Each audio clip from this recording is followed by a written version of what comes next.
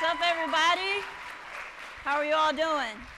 Doing well? Everybody's doing good? Enjoying the pizza and the cupcakes and the drinks and everything? All right, nice, nice. Well, in case you guys are just meeting me for the first time, my name is SUPERWAXX. I am a visual artist, and it feels good to be home. And yeah, I say that because about 3 months ago, I actually relocated to Los Angeles. So it's really good to be here in Washington, D.C. and be surrounded by you guys. And yeah, let's go ahead and get right into it. So I'm just going to go ahead and start off with telling you guys a story. So here we go. So it's a rainy day in Richmond, Virginia, and the year is, yeah, Richmond, Virginia. And the year is 1987. On the south side of the city, there's a man who's walking to a local grocery store to pick up a few things for his mother before he heads home. You know, milk, bread, eggs, the usual. So as he approaches the entrance of the store, he's stopped by a woman who has a small child. And the woman asks him if he has a few dollars to spare for her to get some diapers and food for her little girl. So the man reaches into his pocket. He pulls out a few dollars he has tucked away inside, and he gives it to her. So they continue the conversation, and this woman actually reveals that she's unemployed and homeless, and she's seeking shelter for her and her daughter for the night. So she asks the man if he knows of anyone who can be of assistance. The man thinks about it for a moment, and then he says, hey, you know what? Actually, I do think I know someone who can help. He said, I'd like to introduce you to my mother. If you don't mind coming along with me, I'll take you to go meet her. So the woman agrees, and they head to his mother's house. Well, when they arrive, they're greeted at the door by an elderly woman who welcomes them in. The homeless woman recounts her story to the elderly woman, and the elderly woman says, you know what?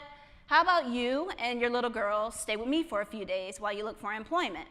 And I'll look after your little girl, me and my family, while you're away. So the homeless woman agrees to stay. Well, the little girl ends up staying with this family for a couple of days, until a couple of weeks, until a couple of months. And after a while, they grow pretty attached to this little girl.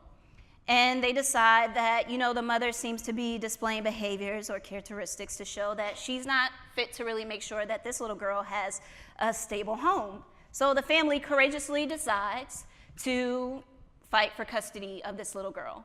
They do, and they do win custody of the little girl, and the little girl is me.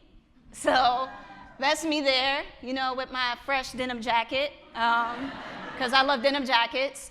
And yeah, so, you know, guys, early on in my story, acts of courage really played a big role in my life. And from there, you know, I was adopted by this lovely family here. This is us at Kings Dominion. And my adoptive mother is actually seen here. That's Deborah. And Deborah was a single mother already when she took me in. And she had 2 sons who are my big brothers. There's Taurus, who's seen here with this very lovely 80s patterned shirt. And we have my brother Anthony here with the blue shirt, who was closer to me in age. And having big brothers was great, you know? And I like to think that they think having a little sister, especially as adorable as this one, was great as well. So I really was, you know, I had a great life with this family. And it really was, you know, a tremendous blessing to be introduced in this family and have them take me into not only their homes, but their hearts as they did. So these are my brothers here. This is Taurus with the locks, and this is Anthony. And they both were very creative, just naturally, just extremely creative beings. Taurus is a phenomenal dancer. If I said anything otherwise in front of you all, he probably would come from my throat, to be quite honest. And this is my brother Anthony, and he was an amazing artist. And because we were close in age, you know, I really gravitated towards my brother Anthony. That's me there, and I'm holding a little Cabbage Patch doll, and he's holding me like I'm a little Cabbage Patch doll. And yeah, so I really gravitated towards Anthony. And Anthony loved to draw. When we were young, he would lay on the floor and draw pieces inspired by cartoons and graffiti and street art. And me being a little girl, I wanted to get on the floor and play with my big brother. So I would grab a handful of Crayola crayons, grab my coloring book, and get on the floor and try to mimic whatever he was drawing. My mother said that he was not too happy about his little sibling copying him. But for me, I just wanted to be like my big brother, Anthony. So really my interest in art started here with my brother, Anthony. And I continued to draw throughout elementary school and middle school. I would sit in front of the TV on Saturday mornings and just grab a piece of paper and a pencil and just try to copy the characters that I loved on my favorite cartoon shows. So that's really how I learned how to draw. I'm a self-taught artist, and I learned through drawing cartoon characters like Disney characters and Nickelodeon, Doug, all of the cartoons that we grew up loving, especially in the 80s and 90s. 90s Saturday morning cartoons were everything. So with that, again, I continued to draw, even in school. I took a couple of art programs in elementary school, and sometimes drawing got me in trouble because I would doodle on my tests, and it didn't necessarily get me great grades in math, but it did get me into some really awesome summer art programs. So just like being in 4th grade, I was in a really cool animation class, which was awesome. So, I continued to draw throughout elementary and middle school. And then when I reached high school, things really changed. And that changed because when I got into high school, my freshman year, my brother Anthony, senior, who was the one who introduced me to art, was actually murdered in a drive-by shooting a few blocks away from my house. So as you can imagine, this was very devastating for my family, especially me, not just because he was my creative mentor, but also my greatest influence, artistic influence. So from there, my interest in art just really changed, to say the least. From there, I still had a creative interest, and I wanted to get that creative energy out, so I actually put that into music. So I got my first guitar when I was 16. I started teaching myself how to play the guitar and the keyboard, and I also interned at a local radio station, as well as doing some marketing and street team promotion work with Def Jam, actually, while I was in Richmond. So I just kind of let my creative energy flow into that versus, art, because things really weren't the same since my brother passed. So after I graduated from high school, I knew that I wanted to explore the world, and I wanted to do something, different. And it was really scary at first to think about leaving Richmond, Virginia, and leaving my family behind, but I got an amazing opportunity, and I decided to take it. And that opportunity was to travel with the circus. True story. I ran away and traveled with the circus. Thank you. My best friend, he tells me all the time that I stole his dream, because he's like, I always wanted to run away and join the circus, and you did it. But anyway, that's what I did. Outside of art and music, I love animals. If I'm not painting, I love to spend my time taking care and tending to animals. So I decided to join Ringling Brothers. I was a caretaker for the animals and assisting the trainers on the show, and that was an amazing adventure. There was a new city every week. I got to travel across the states and really got to connect with so many different cultures from the people who, worked with the show. So I did that for about 6 months, until after a while I was like, you know what, I'm missing family, and I kind of want a bit of stability. So what I did was I ended up moving here to DC. My brother Taurus was here. He was doing a lot of things with his dance company and performing. So I decided to move to DC to be closer to my brother and also see what DC had to offer. So when I came to Washington, DC, I met a group of artists. And those artists definitely helped me, reconnect with my artistic side when it came to drawing and painting. Actually, one of the artists is here, but I'm not going to really point him out because he'd probably be embarrassed. But yeah, those artists really played a big part in me just getting back into the flow and reconnecting with art again, which I had lost that connection, or felt like I lost that connection when my brother passed away. So I started getting back into the flow, the creative spirit of drawing, and they were really encouraging and really confident with their work, and that really inspired me to be, you know, more confident in my work. And after a while, they said, hey, like, you're pretty good. Like, don't you want to show your work in galleries? And at first, I was just like, no, you know, like, I'm not sure. And quite honestly, I was feeling a little insecure about showing my work because, as some of you may know, or a lot of you may know, sharing your ideas or sharing your art, you know, it puts you in a very vulnerable place because you're sharing very intimate parts of yourself by allowing strangers or people you don't know to look at your work and possibly judge or criticize it. But with the encouragement of these artists and the community that I felt within them, I decided to go ahead and, hey, why not? Why not go ahead and show my artwork? What's the worst that could happen? So that's what I did. Very humble beginnings, you know. But every time I see this photo, it definitely reminds me of how far I've come. And this is my work here, actually, there in the corner. You know, but I was just so excited that I just did it, that I had the courage to like put my artwork out there and start to show it to people. So this was really the thing that just created the spark again.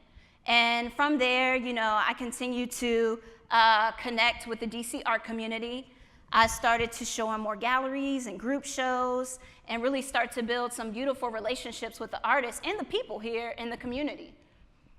This is a photo of me at my first installation. The artwork behind is my work, and you can see the influence of the cartoons and things of that nature.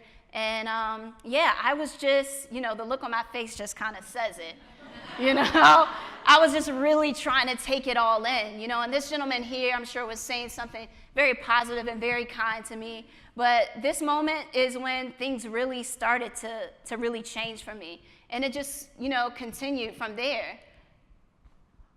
I started to do bigger pieces. This work here is mine that I did for the National Cherry Blossom Festival for their Cherry Blast show at the Blind Wino. And anyone who is familiar with my work knows how much I love Japan and Japanese culture. And I created a piece here that was influenced and inspired by the catastrophes of Hiroshima and Nagasaki. So as you can see, the cherry blossom face here has a melting face to just kind of speak to kind of the deformities that the Japanese people faced during that time, because it was a very, you know, horrendous thing to experience for that country. And honestly, at this time, I also had my first most memorable experience with selling artwork. Long story short, you know, all of the artwork there was inspired or influenced by Japan. And there was a gentleman who walked up to me and began asking me questions about the piece. And I started to talk to him about the other paintings I had on the other side. And, you know, he walked away and he came back and he said, you know what, I'm going to be honest with you. Your work really touched me. And he was like, I think that you said more in the paintings than you really intended to, but I'm going to go ahead and invest in your work, because us as Japanese people, we really don't show a lot of emotion, but your paintings really evoked emotion in me. And having survived so much, especially the 2011 tsunami that hit them, he said that he really felt connected to the work and wanted to take it home. And for me, that was the moment where I really understood, like I truly understood why it was important for me to create art, or one of the reasons why it was important for me to create art. So I just kept, I used that as fuel and I kept going. All right. So this is a live painting that I did of a shipping container in the Southeast, and I had a lot of fun with this. So the projects just got bigger from there. I had a lot of fun doing this, and I just continued to push myself and challenge myself and grow as I started to get a clear understanding of why I was creating and why I was given the gift that I was giving.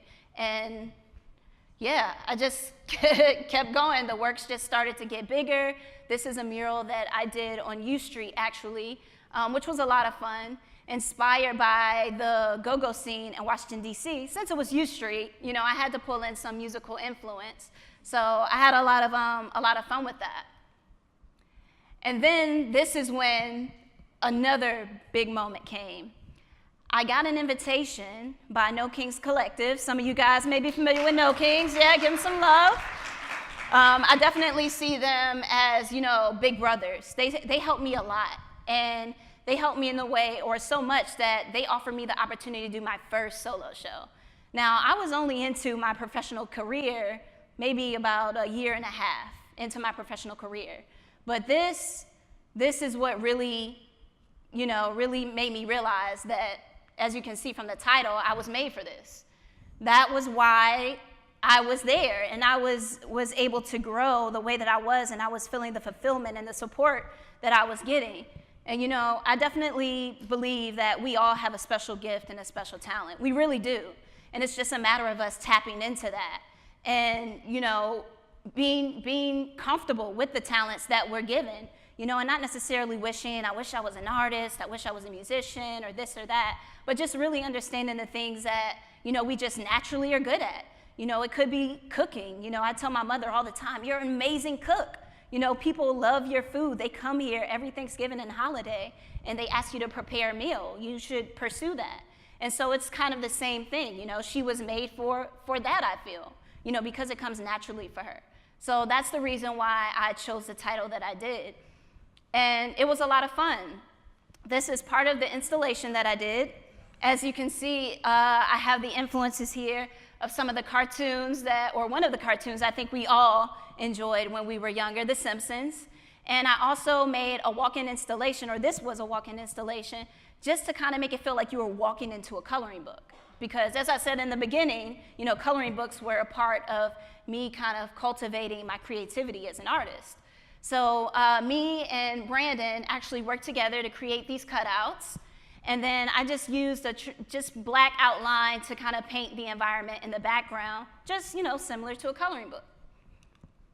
Well, this is the entire room, from afar. And this picture here is extremely significant to me, and I'll tell you why. Not only is it a picture of my first solo show, but the people in the photo are also very significant as well. Here, you have my Uncle Butch, who I love dearly, and who's always been extremely supportive. And he actually purchased a piece that night. And it was great that, my family decided to invest in my art that way. Although they had already invested in, taking care of me, it really meant a lot for him to say, you know what, I want to have your work in my home. This is my brother Taurus, here, as you can see, enjoying a beverage. And, this is my mother, Deborah, my adoptive mother, Deborah. So for me, this is a very significant photo for me to have the family that welcomed me in, who courageously welcomed me into their hearts, to see how far I had come. Because honestly, if it wasn't for, these people or that family, I really don't know if I'd be here in front of you guys today. So, and it definitely was a really moving moment to have my family there and to have them witness that with me. And even more so, here you see in the back is Kelly Tolles and his wife. And, going into the DC art community, the DC art community, or the community in general, definitely played a role in my development and my growth. And yeah, from there, I just continued to, grow and really challenge myself. Even the things that I didn't feel necessarily equipped for or experienced in, I still decided, I'm just gonna push through and I'm gonna do it. That's the best way to learn sometimes, is to just jump in there and do it. And this is my first group show that I curated. It was called For the Love of Brick. And it was paying homage to Legos. How many of you guys in here grew up playing with Legos or love Legos? Yeah, Legos are amazing, and they're really important to helping children, develop their creative skills. And, adults even now still play with Legos. I have Legos at home. So yeah, this was a group show of about 30 artists or more, some local, some just national, and even a few that were abroad. So this was a great moment, and I really had a lot of fun curating my first group show. All right. Now this piece here, or these pieces here, this is another moment where I was challenged, or I realized that I was on the right path, I guess you can say. These pieces were created when I got an invitation to showcase in a creative space that you all may be familiar with called the Smithsonian. Yeah, I know. It's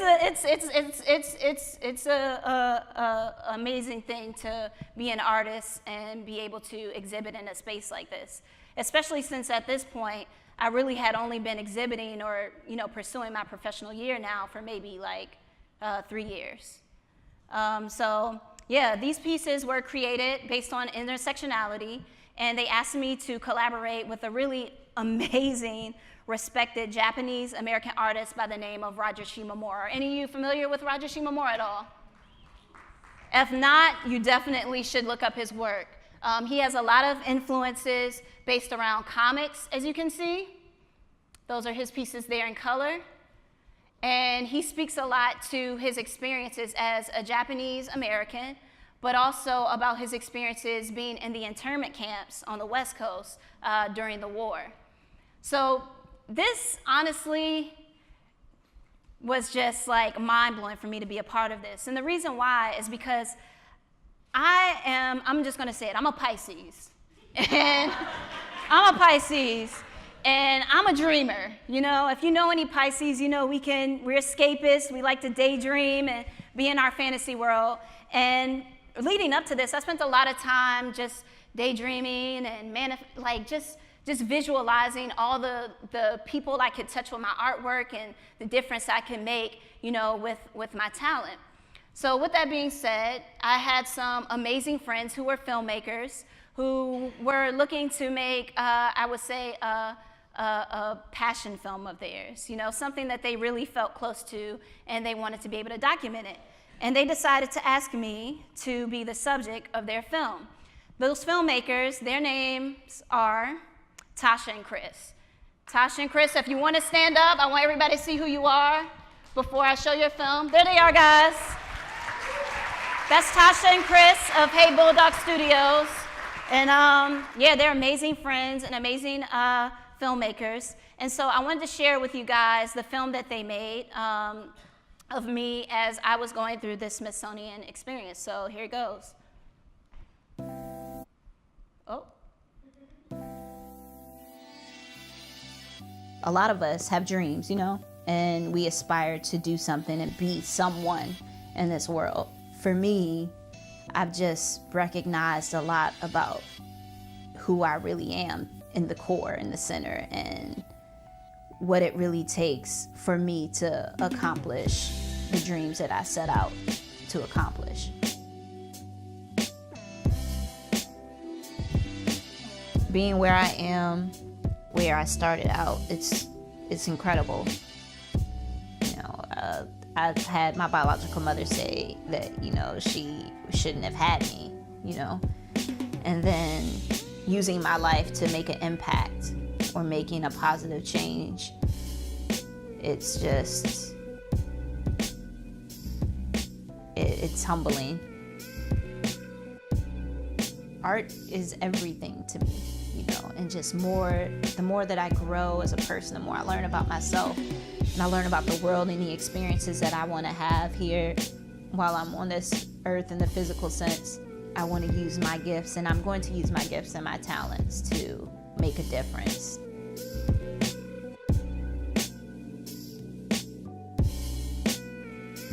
About a couple of years ago, I went to the Portrait Gallery, and there was an exhibition dealing with portraiture. There was this artist whose work I instantly gravitated towards. For one, he had a small painting that he created that was of Pikachu but his face was imposed on the Pikachu's body. And of course, with my work, it's heavily influenced by cartoons and animation. Just the style, the aesthetic of his work, I loved it. Fast forwarding to now, which is a couple of years later, maybe like 3 or 4 years, having someone approach me with the opportunity to work with him, you know, it's honestly an indescribable feeling when things start to manifest itself and it's not just an idea or a vision, and it's real and it's in your face and you can touch it or feel it, or you're really experiencing it. Then you see life and the world in a whole different light.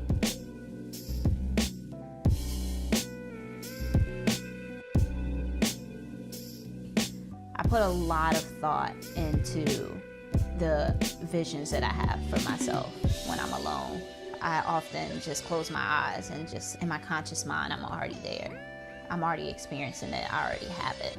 It's been quite a journey and it's not over. And I know there's so much more that I'm gonna experience, so much more I'm gonna learn, and so many other places I'm gonna go, all over the world, so many other people I'm gonna meet. And the universe is giving these opportunities to me, and I'm very grateful for it.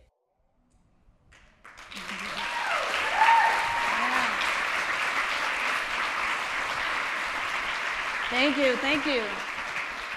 Yeah, so that was the film I Am SUPERWAXX that Tasha and Chris so beautifully put together.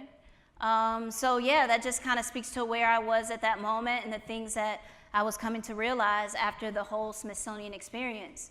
And what I realized was that, you know, I was on the right path, basically. You know, and I knew that experiencing all these things wasn't just for me, but it was also for the people who supported me along the way. Again, from the family that adopted me, to my brother Anthony, to my brother Taurus, you know, and my DC family that I made here, because everyone was just really warm and really loving and supportive of me. So with that, you know, I decided that I wanted to just keep going, you know, and keep pushing through. That definitely gave me additional motivation to keep creating. So that's what I did, you know. This is a photo taken at a workshop that I did at the Blind Wino. And as you can see, I was just so happy, you know, to just be sharing my art and helping others have a beautiful experience as well. And we just had a great time, you know, creating art and me sharing with them the influence of Japanese super flat and how it inspired my work, which was coined by Takashi Murakami. Yeah, I just, you know, kept finding ways to give back to the community that gave to me. This is a photo taken at the second group show that I curated actually right around the same time that the Smithsonian event was happening, called Global Warning. This very adorable face here, she was painting and creating artwork alongside with me and other kids and kidults that were there. And I'm not sure if you all are familiar with the talented young woman that won the Google Design Contest, maybe like a couple of years ago. Well, I collaborated with her on this workshop. So I reached out to her because I just thought it was amazing that, you know, someone here in DC was able to, you know, have such talent and be able to, you know, share those talents with the world through the Google Design Contest. So, yeah, the work just got bigger. This is a massive parachute that I hand-painted for the Women's March, and it was carried throughout the march and laid on the White House lawn. So, you know, I started to use my influences of cartoons and also, you know, kind of pulling in some more mature themes into the work, such as women empowerment. This is another piece that I did after that, which was a projection mapping piece. It was a collaboration with 2 artists. One was a projection mapping artist, and the other was an animator. Joseph was here earlier. I don't know if he's still here. Oh, there he is. Joseph was an animator that I collaborated with, and I love collaborating. I really do. And this was a lot of fun to work with Joseph and the other artists to create, you know, experience on the side of the torpedo factory.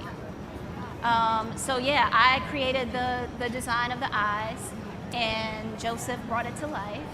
And the projection mapping artist, you know, worked around the structure of the building and placed it onto the building as a canvas. And I had a lot of fun with that. I had never done anything with animation. I had never done anything with projection mapping, but I just continued to, again, use the experiences that I had previously to really, you know, help me basically develop the courage to take on these sort of tasks, and it was a lot of fun. This is a car that I hand painted, at the Washington Auto Show. Really just trying different things, you know, trying different canvases, because I love to try different things to paint on and see, you know, how I can, you know, add a little SUPERWAXX flavor to them, I guess you can say. And yeah, you know, from there I just continued to take the opportunities that I had or that were presented to me. I continued to connect with the community and really just find ways to use my gifts and my talents to, you know, really make a difference in the world the best way that I could. But, you know, after a while, I started to feel myself just feeling like there was more out there, like something was calling me. And, you know, the call at first when I heard it, you know, was really hard to listen to, because when I would hear it, I would get, you know, fear or anxiety of, yeah, I don't know, you know, I don't know about that. You know, I have so much here, you know, in DC, I've built so much. I have amazing friends, you know, I have these like really cool opportunities. I'm closer to my family. And then, you know, I just reflected on all of the experiences that I had, all of the things that I envisioned for myself and ways that I could share my gifts and my talents with the world. So I decided to answer to the call, and the call was actually California. So yeah, this brings me to the point when I moved to LA, which was only 3 months ago. It wasn't very long ago. I'm still in transition, you know, of course, but you know, I definitely feel like it was the right decision.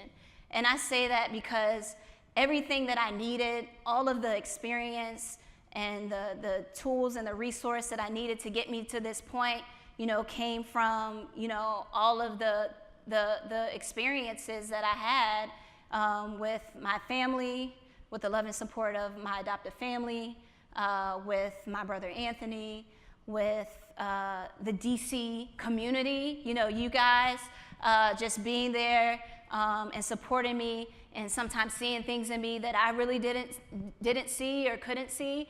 And so, yeah, I decided to take the big leap and move out to LA. And since being in LA, of course, I've gotten the opportunity to be on the stage and speak with you all. Now, you know, it's interesting that the theme here is courage, right? And I'm gonna be honest, this is the first time I've ever talked in front of so many people. Yeah, thank you, thank you, thank you. I'm not doing too bad, I'm not doing too bad. But, you know, I say all of that to say that, you know, courage, I know sometimes it's hard to find courage to do the things that you really wanna do. You know, I think it's just human instinct to be fearful or unsure, and I think that sometimes goes to, you know, maybe our preparation, you know, not really being prepared, or, you know, just, you know, past things that make us feel unsure, like, you know, it could not work out. But, you know, really courage to me, and my philosophy on courage is just that, you know, courage isn't the absence of fear. You have to have fear there in order for you to be courageous in the first place. But courage is just the ability to take that fear and transform it, and to use that energy as something to propel you into essentially what I like to call your destiny. So I hope that tonight you all take from my story a new perspective on, how to, pursue your dreams and your aspirations, whatever they may be. And you don't have to be an artist to, make a difference in the world, really. So, yeah, thank you so much, everyone, for being here and listening to my story.